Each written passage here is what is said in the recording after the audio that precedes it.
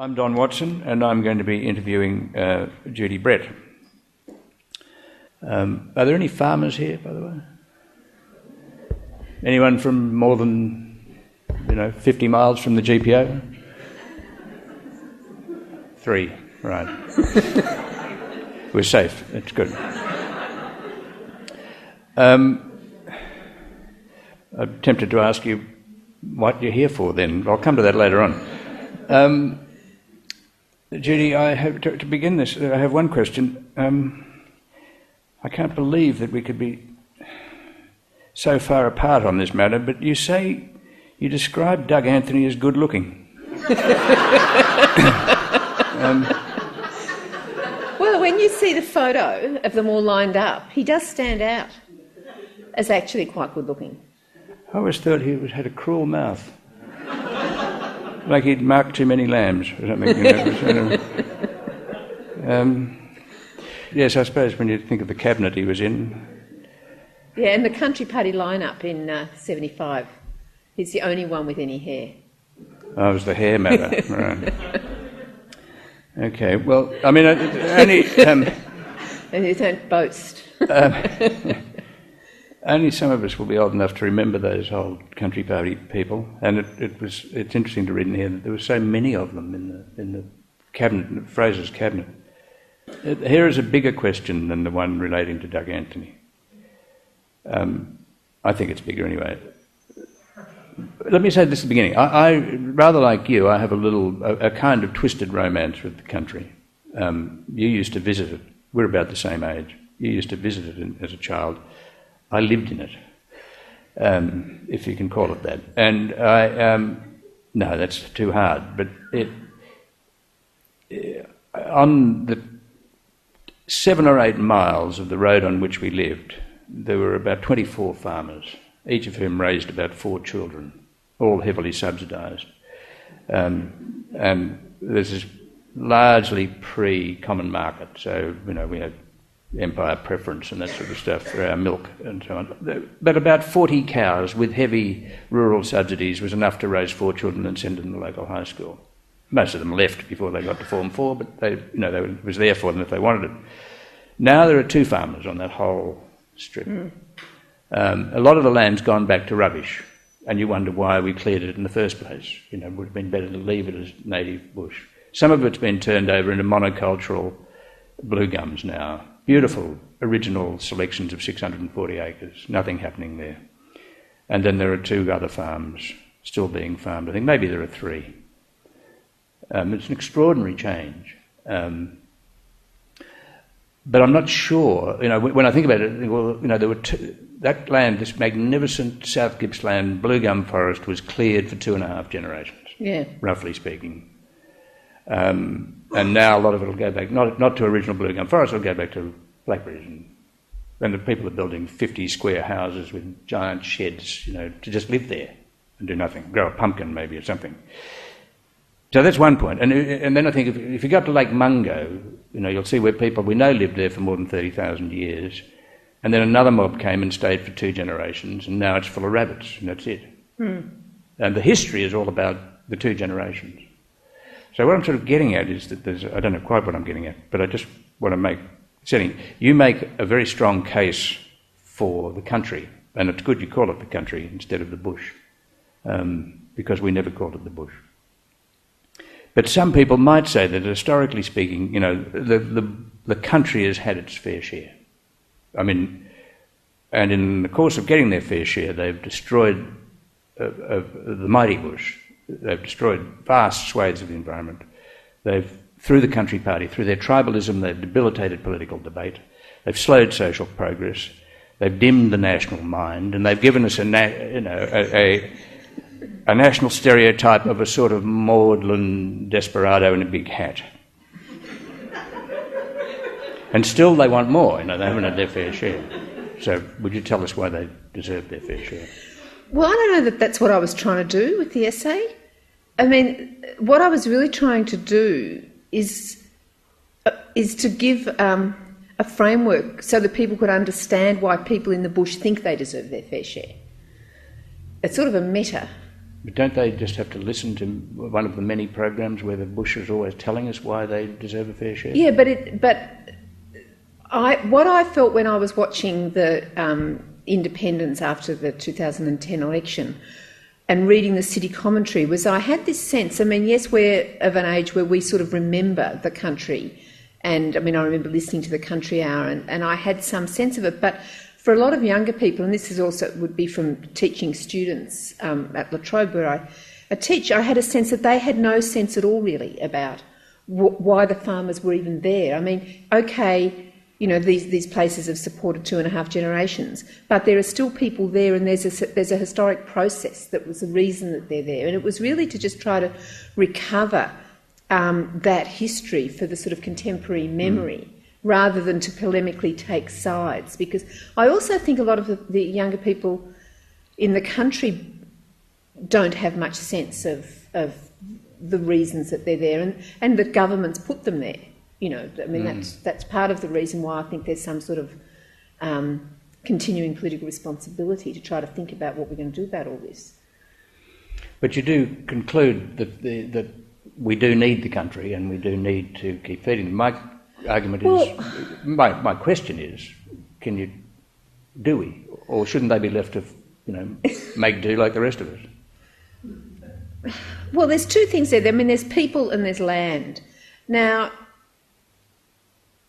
in a way, I mean, we live in a nation is an imagined community, and any nation or, you know, the political community we live in, there's all sorts of differences of opinion and conflicts of interest and sort of historically inherited problems, which, in a way, the framework of the nation helps us put a bit of a I suppose, a circle around and say, well, let's try and solve some of these problems for our bit of land. I mean, because what's the option? To say, well, okay, we're just going to live on the coastal rim, looking at the beach, and at the South Pole or whichever bit of the coast we're on, and just leave it all? Like, that's not an option, it seems to me. So your sort of romantic grumpiness, you know, sort of, or grumpy romanticism. I mean, it's a sort of romanticism, it seems to me, to think that you can just turn your back on it all. But I'm not saying we should turn our back on it. I'm asking you to tell me why we should not turn our back on it.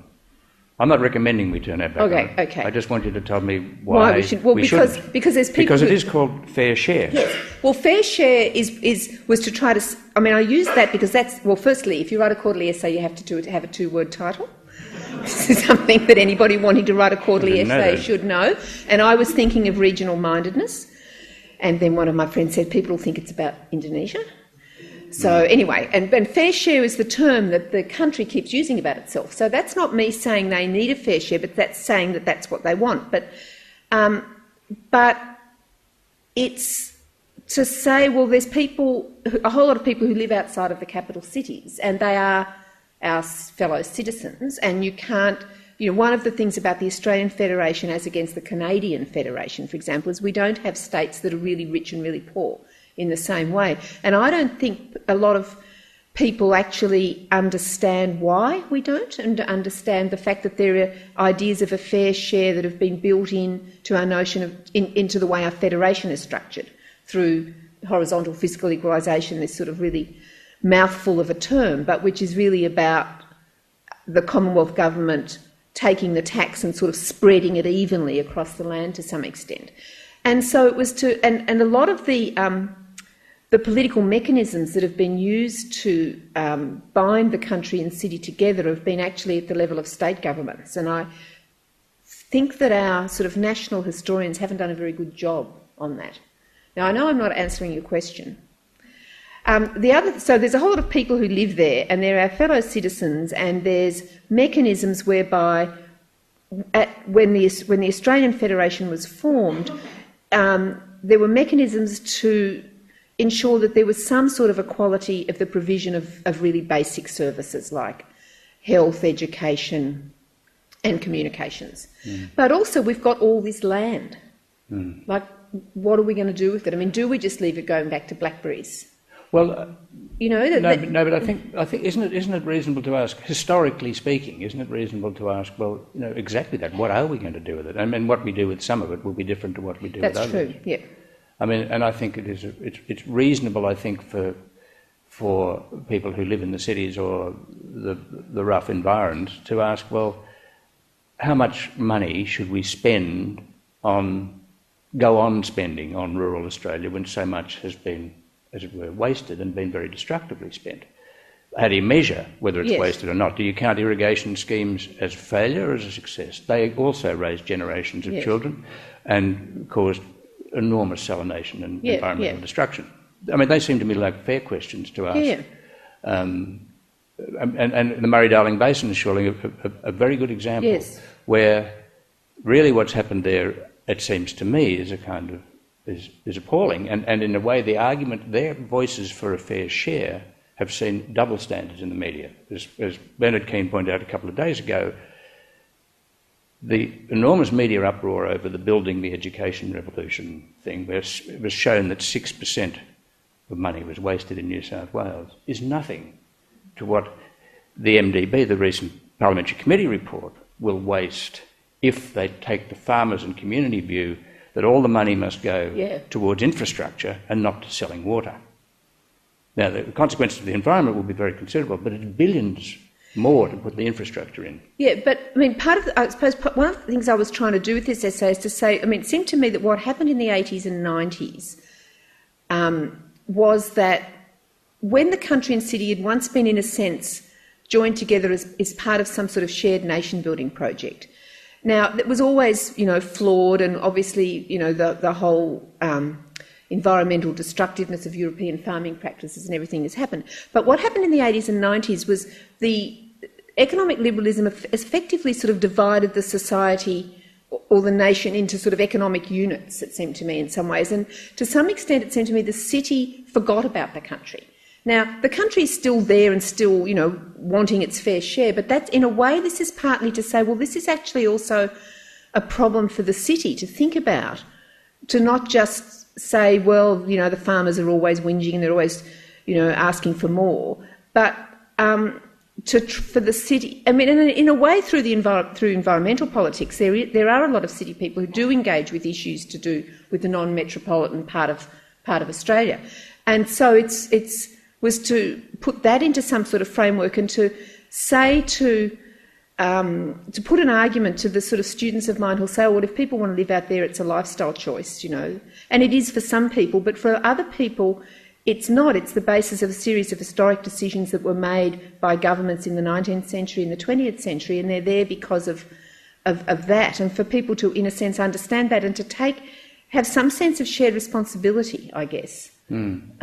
Governments have, including the so-called neoliberal Labor governments, have, did. I mean, there were rural adjustment schemes. There were also the development of REDOs, I think they were called, Regional Economic Development Organisations. We divided bits of the country up into those to try and give them a start. And we poured money into... And the thing is, it isn't. I mean, it isn't all a basket case.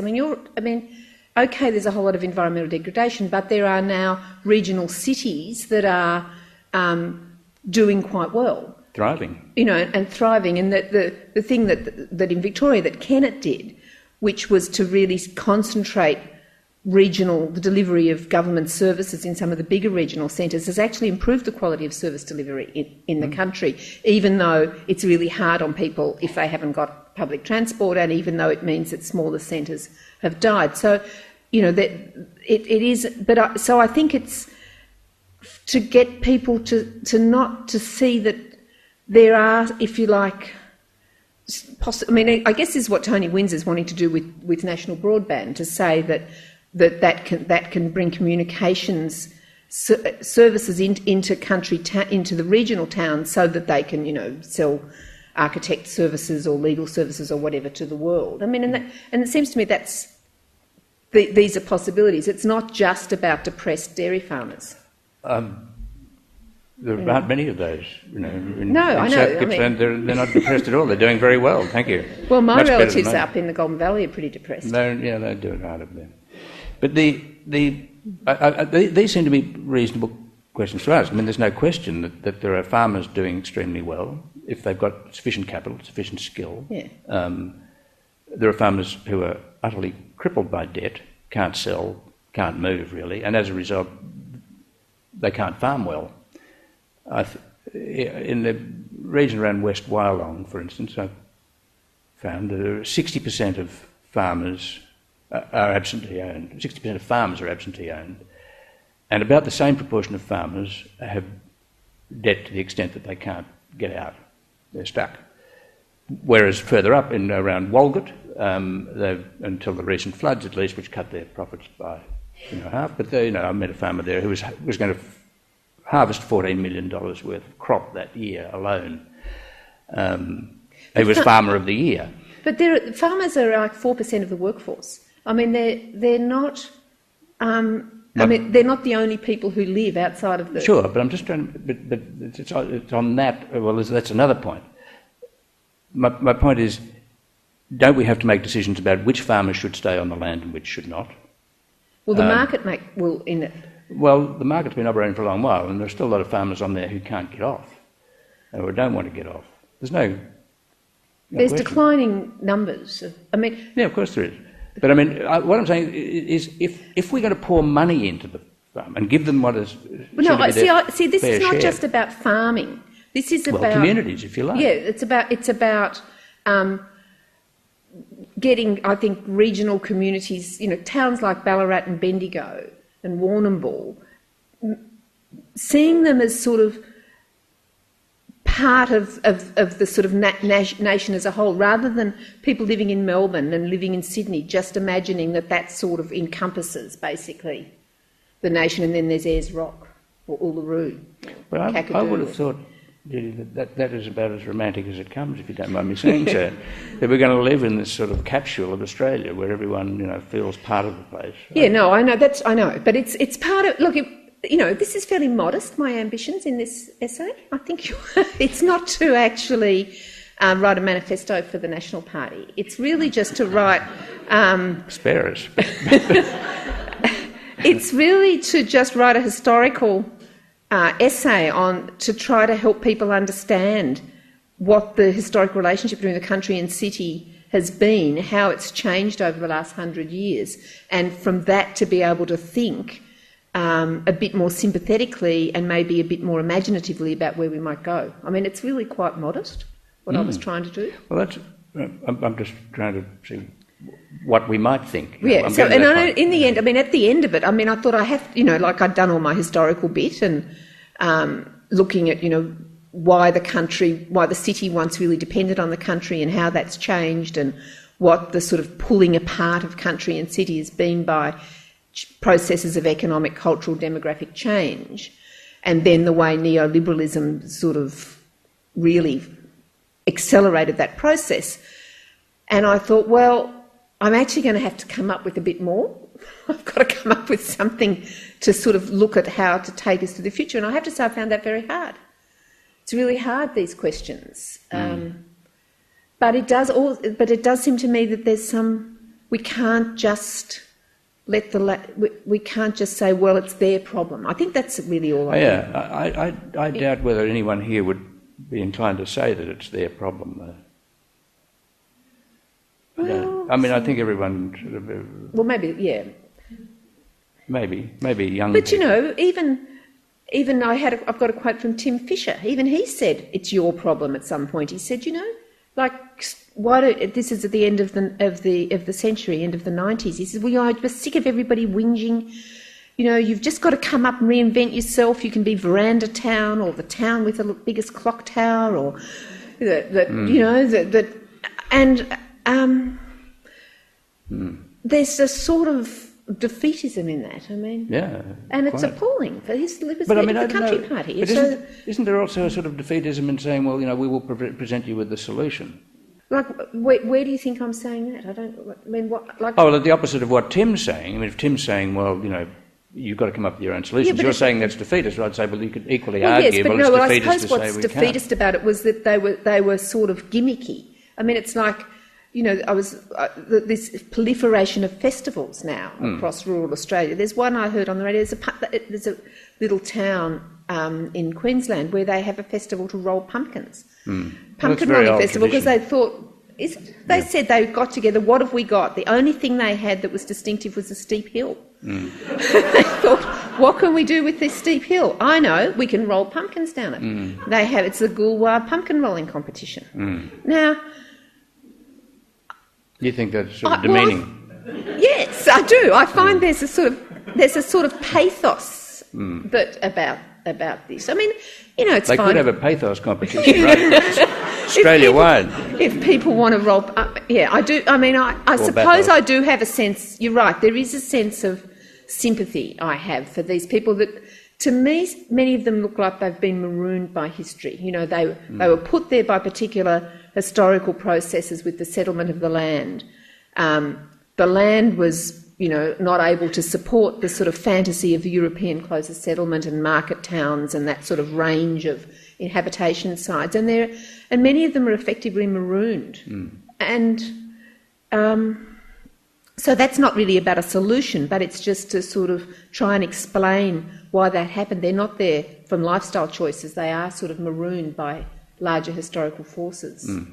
I think that's true, and I guess that the question that your essay raises is, what then do we do to save them? Do we roll some money out there in a pumpkin to them, or do we say, you're going to have to do something else? Yeah, well, I mean, a lot of them are doing other things, because there's the continual movement of younger people from the country, and also, I mean, the farming is now extremely efficient in Australia. It doesn't employ very many people, so farming isn't the answer to what we do with all of that land we've got. I suppose that's one of the conclusions I would have come to. Farming was what the 19th and 20th century nation thought was the answer to closer settlement. We can fill up the land with people. That's what we can do with it. With farming families. Well, that hasn't worked, so we've got to think of some other way of putting some people out there, it seems to me. Otherwise, do we just have, these enormous farms with a few people on them and the rest of us all living on the coast? Well, there's a huge disparity between, I think, even in the Murray-Darling, but beyond that, between farmers who are doing very well, give or take, the fluctuations of markets and weather, which is always the case with farming, and farmers who are just, the farmer of the year told me up in Walgett that probably 40% of the farmers, he had to be forced because they're tribal, but 40% probably shouldn't be on the land. Now, the consequences then for the communities are going to be probably considerable, and the only way you're going to develop, a place like Dubbo, you can't park in it. It's worse than Burke Street. It's absolutely like a boom town, as Bendigo seems to be, and they don't seem to need the hinterland to thrive anymore, because services have been put out there, businesses have been put out there. But obviously that's not going to save the little place. No, that's right. No, they won't be saved. I mean, this is not about, they won't be. I mean, and they will only last, 1.5 generations or 2 generations. That's sort of fairly inevitable. But that doesn't mean, but these bigger towns are thriving, and perhaps they're getting to the point where they can actually start to be more like, well, I mean, they are in a sense self-sustaining at some degree without the farming hinterland. Somebody said to me in Mildura, when that Murray-Darling Basin, those series of insane meetings were going on, what does Mildura need? Another 100 million tonnes of rotten Chardonnay irrigated, or 100 university places, or 100 tech school places? And the answer was, to him, self-evident. Try and tell that to Barnaby Joyce when he's got a crowd going. But I mean, I think that's a problem. I think we can't leave the fate of so many people and so much land to the National Party. That's a very good point. But it's very hard to wrest it back from them if you go to one of those meetings, I can tell you. I mean, there's recently been this Grattan report, I think, which said regional universities don't add anything to regional towns. And it seemed to me to be a particularly narrowly focused sort of report,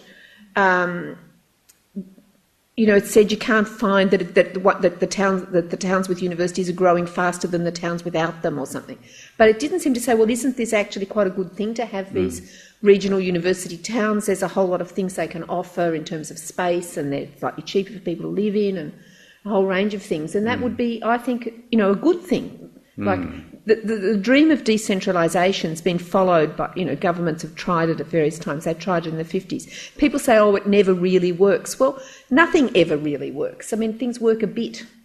And, it's worked a bit. I mean, Wodonga was a result of the Whitlam government's attempts at decentralisation, and it's actually a more populated, thriving place than it would have been if Whitlam hadn't have happened. That's the phrasing. Better than it would have been. I think that's a lot of places are like that. We don't. We know they would have been worse. We don't know.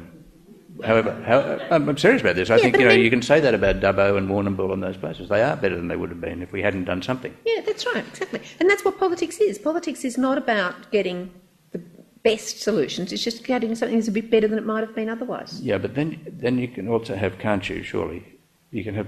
There are sort of hidden catastrophes that go on too.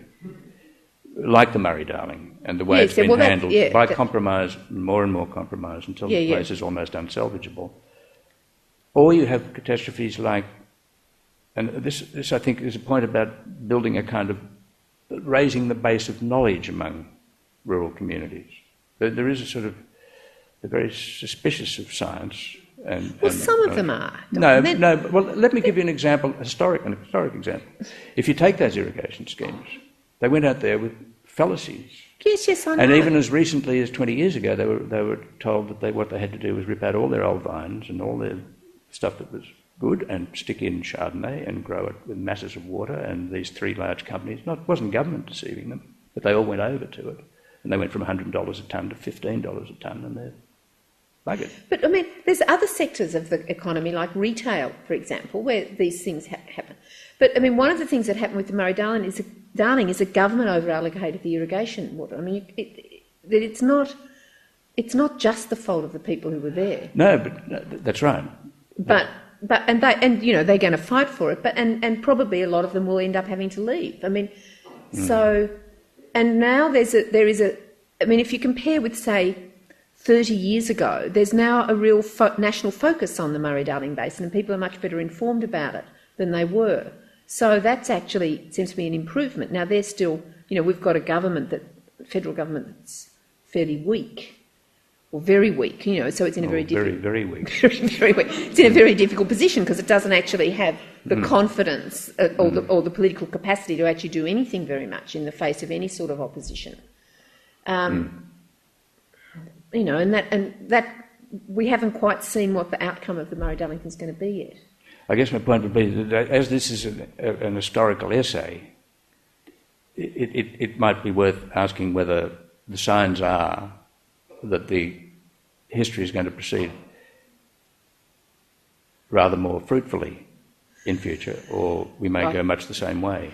Will we go on making the same mistakes? Well, you probably, being a pessimist, will think that, and me being an optimist will probably think it'll proceed. I'm not a pessimist. I'm a disappointed optimist, but I'm not a pessimist.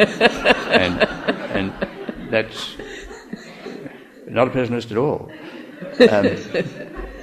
In fact, I was desperate. It cost me a lot of political kudos to support regional initiatives, as we called them in the 1990s. I mean, if you remember, Bill Kelty and Lindsay Fox went out there and did all this, and the economic rationalists destroyed them. Yeah. And Bill lost all sorts of credit, but he was right. Kelty was right. The regional initiatives were good, and Labor would have won. I believe would have won in 1996 if they'd done it properly. But that's another story. But I think there's a lot to be said for it. I'm optimistic about it. You may as well be optimistic because there's nothing you can do if you're pessimistic. But when you run into... They're terribly tribal, don't you think? Who's they? Groups of farmers. Yeah, but... Try and insert a new idea into a group of farmers. You'll run around all day trying to poke it. You won't get it in there anywhere. Yeah, well, I mean, this is not true. They're the only people who dress in their own...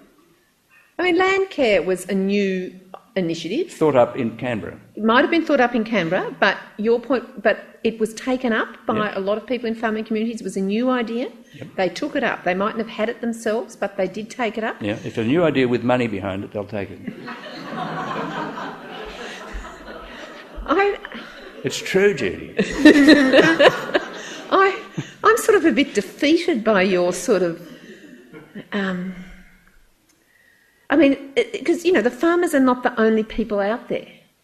Things are changing. And I actually think things started to shift around 2000. I think the 80s and 90s, when the economic rationalists were running things, was really bad, when, they wouldn't put it, the country was meant to just benefit from a sort of trickle down by the main game being got right. Do you think that's true? Yeah, there wasn't much attention, I didn't feel. And I think that, when did we start, you may remember this, when did the country become the regions? Probably around the 90s, early 90s. In the 90s, there was a point at which the term country effectively disappeared from the vocabulary, and it just was there for country music, or it became a term that Indigenous Australians used to talk about their country. But the country that when we were growing up, that meaning of it to describe the sort of settled pastoral areas is basically gone. Wasn't it taken over by the word bush? Well, at the meeting I went to in Mildura, Ian Sinclair stood up and said, "I'm a bushie like the rest of you." And I thought, well, you're a bushie of one kind, but you're not like a... But I've never thought of like the sort of dairy farming areas up around the Golden Valley, which is where my father grew up. I've never thought of that as the bush. There's not hardly that much vegetation at all. I know. I've thought of the bush as being like, places where there's a lot of trees. But it's changed now. I mean, everyone, from the squattocracy down, call themselves bushies, or it's the bush, I don't think bush telegraph, Yeah, but the country hour, I thought that the country hour disappeared, but the country hour is on the Victorian stations, it's on the regional stations, there's still a country hour. So, the bush was referred to certain sorts of things. So I don't know, other people might have a memory, because it did seem to me that the bush was a bit of a... Oh, the meaning's changed, there's no question. Bush was a sort of down market sort of country living. Bushies or bushmen were, a dying race, really. And the country was more dignified. Was more sort of settled in a way. But the bush has come back to mean everything now. Towns, farms, everything. But people also talk about the regions, and that seems to mean everything outside of the settled, the capital cities and the really big towns. I think it's been around in Labor policy at least for a very long while, that some people in the Labor Party believe that a regional system was better than a federal, the present state system. Yeah, that's right. That it made more sense to, there was more common interest in a region than there could be in a state. One of the... there's this person, A.J. Brown, who's at Queensland. There's a group of people up there, and I guess Queensland has an interest in a greater instance because it's bigger territory, saying that the National Party, they think, should take up the interests of regionalism, and if they want to turn themselves from being a sort of basically a farmer party that tried to then be a sort of morally conservative party, that essentially failed, and take up the sort of argument for much greater regional autonomy in the way in which government operates. It's an interesting argument, but you can't see much that the National Party are that interested in it. No, and I guess... I think there is a sort of a political... in a way, the success of the independents shows that there's quite strong senses of regional political identity, particularly in parts of New South Wales and Queensland. Yeah. I think we might have some questions from the floor. Or some people might even have solutions to these problems. Yeah, well, we've got to look for solutions. That's what all optimists do. There might be another process operating in country towns which might lead to a solution, and that is that the composition of the people in the country towns is changing. Yeah. There had previously been the sort of people that had been there forever, and then they were joined by the well-off people from the cities that retired there. And then the young families sort of started to come again. And the relative proportion of those three have different ambitions as to what they'd like to see happen in their country towns. So I wonder if you could comment on whether you see a change in the way the country sees itself emerging out of these changes in population. Yeah, well, it seems to me that, that there's a whole lot of different parts of the country, of the regions, if you like, the countries, but that's exactly the sort of thing I think, and that's why I think Don's focus all the time on farmers is actually missing a whole lot of changes that are happening and which give a lot of new possibilities to a lot of these towns which we thought of as country towns as if they were basically towns there to service an agricultural hinterland, but they're actually now developing a quite different sort of demography and economy. The dichotomy between country and city seems to me a bit strange, given that, for example, most of the fruit and vegetables eaten in cities in Australia are grown on peri-urban areas on the fringes of the city. They're not grown in the country. Most of the capsicums and asparagus and everything like that we eat in urban centres are grown on the fringes of the cities, not in the country. So could you tease out a bit that dichotomy? And you've not mentioned agribusiness once, and it seems to me pretty fundamental when we're talking about the transformation of rural and regional Australia, where whole swathes of industry have been taken over by agribusiness who are not rooted in the regions, and the capture of the Country Party, National Party, by agribusiness has led to the rise of people like Catter and Windsor and so on, who are rooted to region and who are not transnational corporate interests who run most of Australian rural production. The terms country and city, the way I was using them was that they've got they're as much about sort of cultural identities, if you like, and a set of cultural arguments as they are about geographic places. And it was to try to show the way in the argument between the country and the city. Yes, when we've been tending to talk here about the economic trade-off, but there was also a set of cultural associations that were that clustered around both country and city, and that had a very long history with the idea that people in the country had of themselves that they were somehow more real, living lives closer to nature, more morally worthwhile. Whereas and it was there in the imagery that Tony Windsor used when he talked about the eastern suburbs of Sydney as a huge feedlot. These have got, so I was really trying to talk about cultural places rather than do sort of proper, use them as geographic terms, but as cultural locations. And yeah, you're quite right about agribusiness. I mean, I didn't particularly talk about it because I wasn't. But I could have to talk about the way in which that transforms regional areas. But it was partly that I was wanting to get a bit away from agriculture has been there as an underpinning of country life. But it seems to me now a lot of the regional economy is not based in agriculture at all. And in some ways that seems to me gives it more sense of a future. But isn't it also true that that's where it becomes of great interest to people in the city? What's grown there. Well, we eat, as you say, we grow 93% of the food. I mean, on two really basic scores. One is we eat the food, so how are they growing it? That's a very interesting question when you go and talk to them. And agribusiness is associated with this, chemical farming, all this sort of stuff. And the second question is, that's the environment, which is what we do share with the country.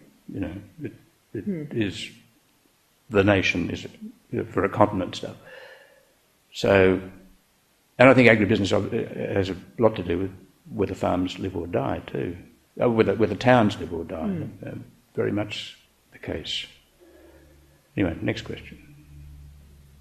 I just wondered if you, instead of talking about farming, which is very important and so on, if you could just elaborate on the idea that you briefly mentioned about a responsibility to occupy the land, or what our relationship to this entire continent is. And I read the essay and I wondered whether in the back of your mind you couldn't actually get rid of the populate or perish sort of idea that we all grew up with, certainly, and what you mean by owning the land or being responsible for, what our relationship to this huge continent would be. I wasn't using the idea that, like the populate or perish idea, which really was, we have to sort of somehow look as if we're here because otherwise other people will come here. It wasn't that so much. It was actually from a conversation I had with Jim Morgan, who I can see in the audience, who lived for a while on more remote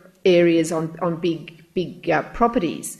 It was the sense of we actually need people in the place in some way, to sort of care for it in some way. I mean, if there's towns in an area, there'll be, people will look after the local wetlands in some way, that if people get lost, there'll be communication system there. It was more sort of fundamental, and I agree. I mean, in a lot of the areas, there's Indigenous people living there, and that's fine. That they can care for the land. I mean, it's just that it was really just to try to say we can't.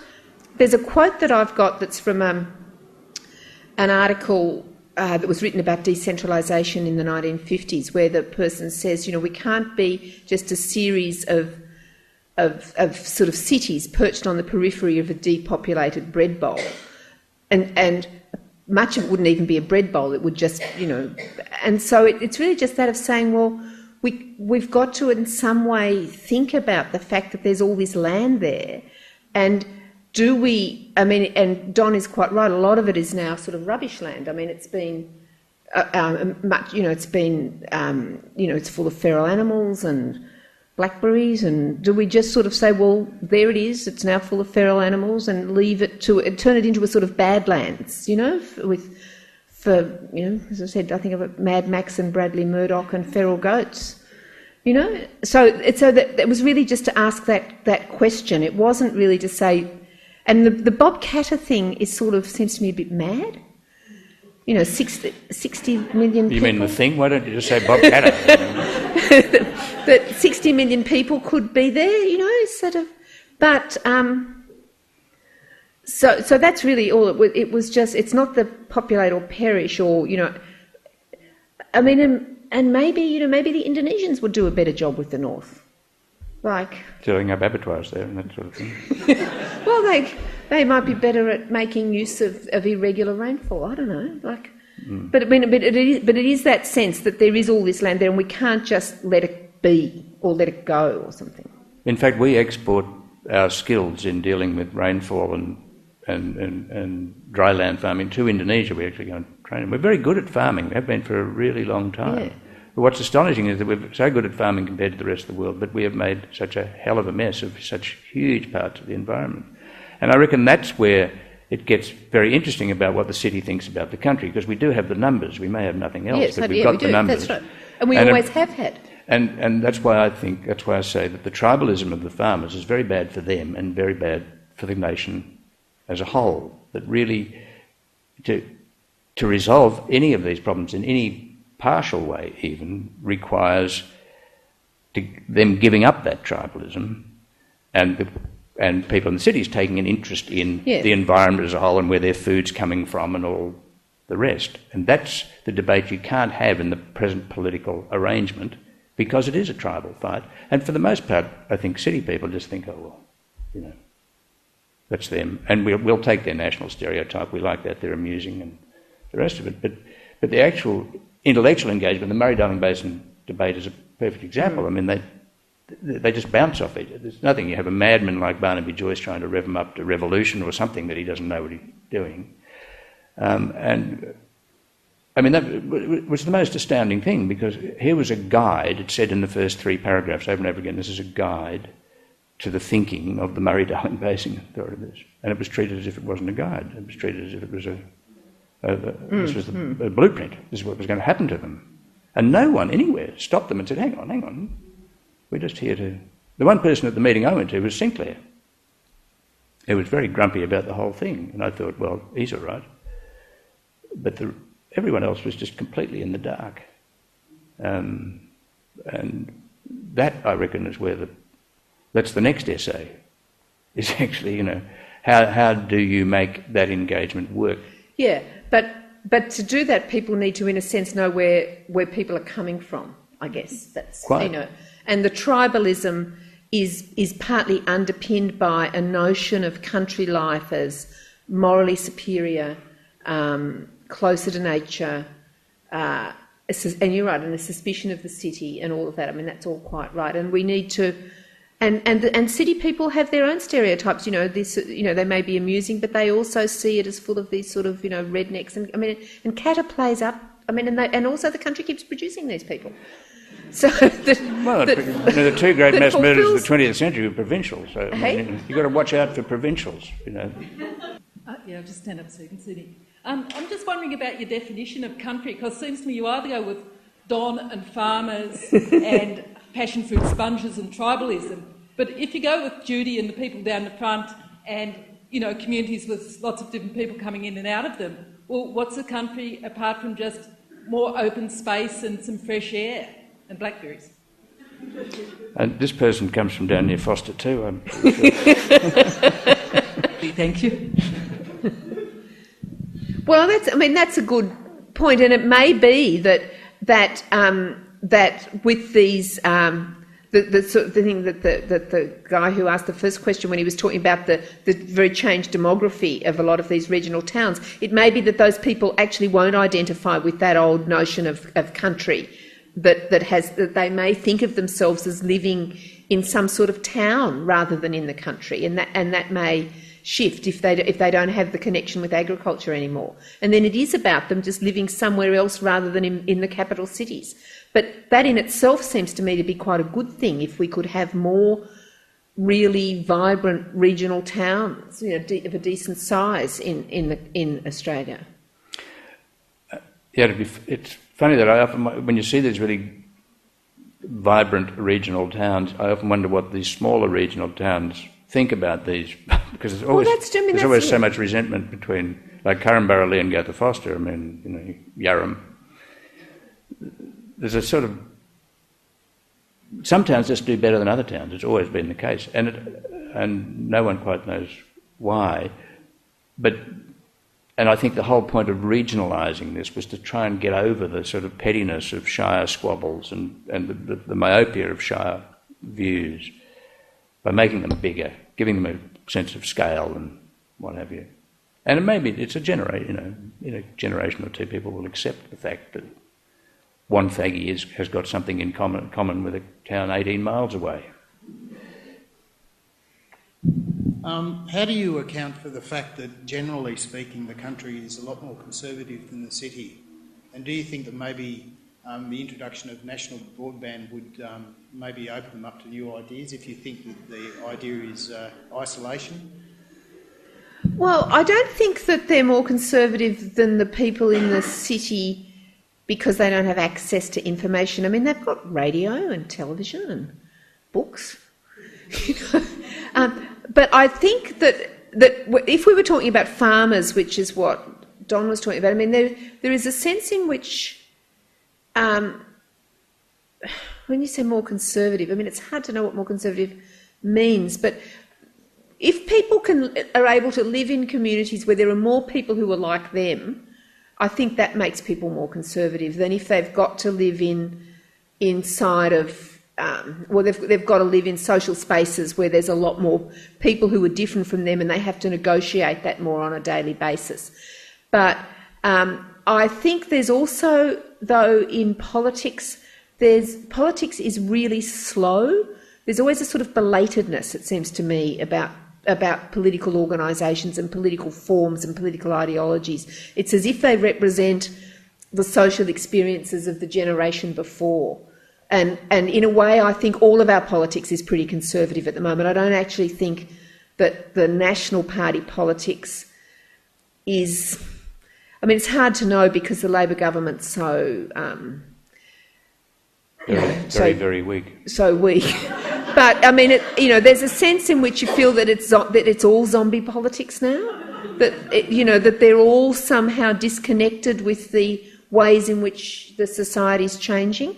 But when you go back, and you look at the 50s and you look at what the political parties are doing, and you've got Corwell and Evatt arguing about various things, and you've got Menzies and you've got Jack McEwen, and yet the society has been completely transformed by a whole lot of things, by post-war immigration, by the development of manufacturing, by the spread of communications, and that's all sort of happening beneath the radar at the time. And I have the sense that there's something similar happening now, that the society is actually changing in ways quite fast that we can't really see, and that the politics is on about the experiences of 2 or 3 decades ago.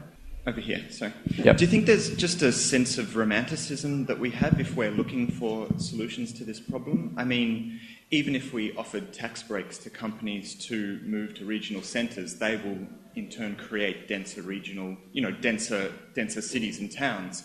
Density is a vacuum that actually, attracts more and more density. And also the point that hasn't been raised is that, areas of less density have larger carbon footprints than denser areas such as the big cities. And is that going to be, is that something we should be encouraging, that sort of thing in the future?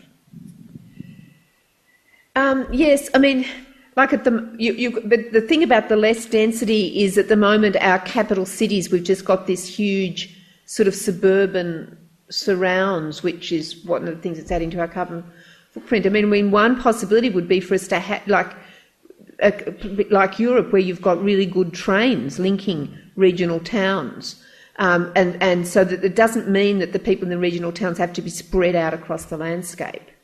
But the romanticism, I mean, in a way, it seems to me that these are really, really difficult questions that Australia faces, because Australia's got an incredibly difficult geography, and it's not just the size of the land; it's also the fact that most of it is uninhabitable, and it's incredibly arid, and it's got a really unreliable rainfall pattern.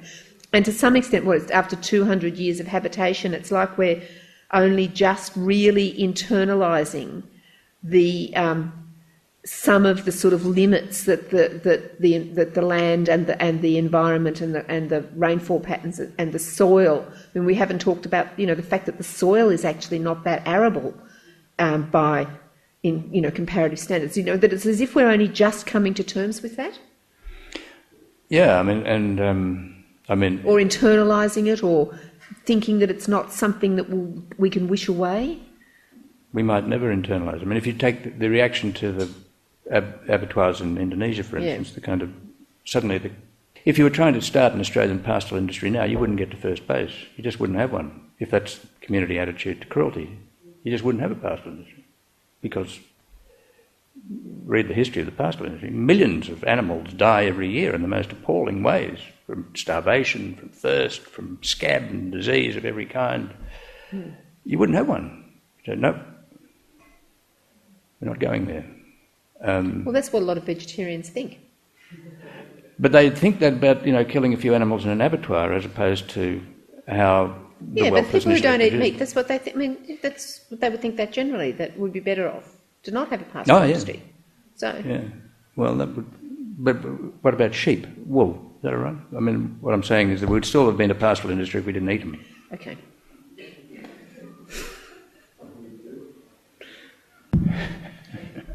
I actually grew up between Foster and Headley, so it's unbelievable. How many people here from South Gippsland? So I was born there. A family of farmers who are actually very receptive to new ideas, to the point that we all vote Green, which is not the majority view, I acknowledge. But I'm intrigued when you say that there's a feeling that the politics is always sort of a generation behind.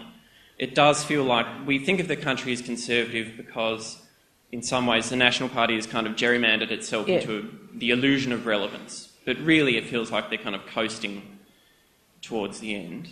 Only 10 seats left now or whatever. So given the challenges that are coming of climate change and peak oil, which we haven't talked about, do you think that these things are going to reorder the politics of the country in a new and interesting way? I mean, how do you see those issues? Well, I mean, I think they will, but it's I'm much better as a historian. I'm much better at explaining the past.